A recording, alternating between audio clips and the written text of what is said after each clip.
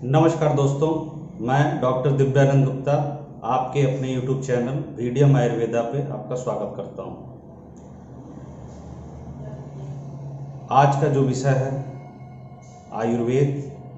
आयुर्वेद का क्या उद्देश्य है, आयुर्वेद क्या है, आयुर्वेद कैसे हमारे स्वास्थ्य की रक्षा करता है और आयुर्वेद में क्या क्या नियम बताए गए हैं जिसकी वजह से हम स्वस्थ रह सकते हैं, दीर्घायु हो सकते हैं और हितायु को प्राप्त कर सकते हैं और सुखायु को प्राप्त कर सकते हैं। तो चलिए इस वीडियो को शुरू करते हैं। दोस्तों, आयुर्वेद जैसा कि नाम से ही आपको प्रतीत होता है कि ये आयु का वेद है, अर्थात आयु मतलब जो जीवन हमारा है उसके बारे में है। वेद अर्थात ज्ञान होता है, यानी हमारे जीवन को कैसे स्वस्थ तरीके से जिए, कैसे सुखायु को प्राप्त करें, हितायु को प्राप्त करें।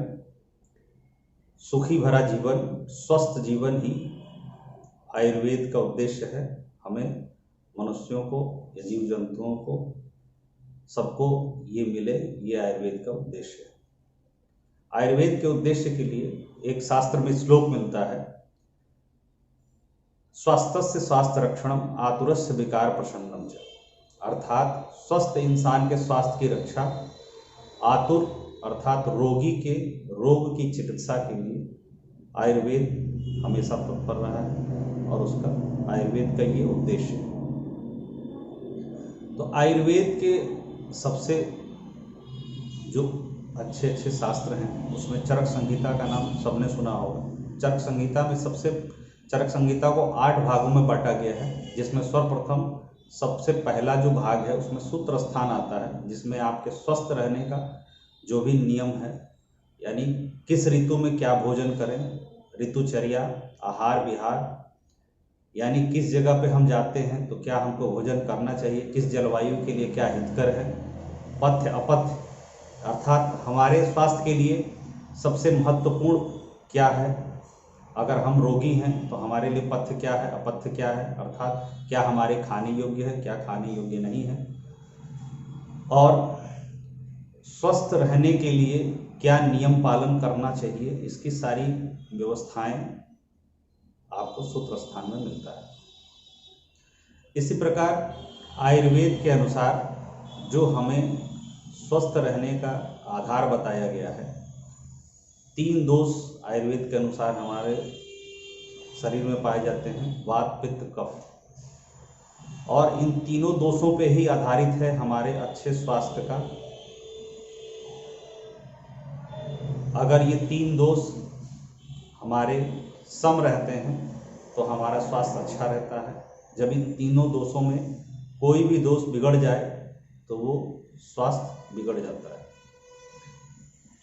3 दोषों की साम्य अवस्था बनाए रहते हुए सप्त धातुओं की पुष्टि होती है, उस इंसान की स्वास्थ्य जो है सबसे बेहतर बताया गया है।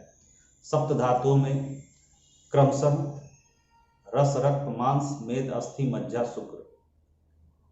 जब हम भोजन करते हैं तो सर्वप्रथम भोजन से रस का निर्माण होता है और क्रमशः रस, रक्त, मांस, मेद, अस्थि, मज्जा, शुक्र, ये शुक्र धातु तक पौष्टिकता होती है। हमारे शरीर का निर्माण हमारे भोजन पे ही निर्भर करता है। आयुर्वेद वो वेद है जो आपके पूरे जीवन को स्वस्थ तरीके से कैसे स्वस्थ रहें, किस प्रकार अपने स्वास्थ्य की रक्षा करें, इसी के विषय में बताया गया है। ये मेरे चैनल का पहला वीडियो है। जैसे जैसे हम वीडियो बनाते जाएंगे आप लोगों के सहयोग मिलता रहेगा और आगे भविष्य में सारे विषय पे वीडियो आपको मिलेगा। तो आज की वीडियो में हम ये जानने की कोशिश किए कि स्वस्थ रहने के लिए आयुर्वेद कैसे हमें सहयोग करता है, आयुर्वेद का मेन उद्देश्य क्या है और स्वास्थ्य के लिए क्या जरूरी है, इसमें आयुर्वेद का क्या भागीदारी है। अगले वीडियो में इसके आगे विस्तृत रूप से आयुर्वेद के एक एक चीज़ों पे, टॉपिक पे हम चर्चा करेंगे। तब तक के लिए चैनल को लाइक, सब्सक्राइब एंड शेयर करिए ताकि सरल भाषा में आयुर्वेद की जानकारी लोगों तक पहुंच सके और ऑथेंटिक आयुर्वेद की जानकारी लोगों तक पहुंच सके। नमस्कार।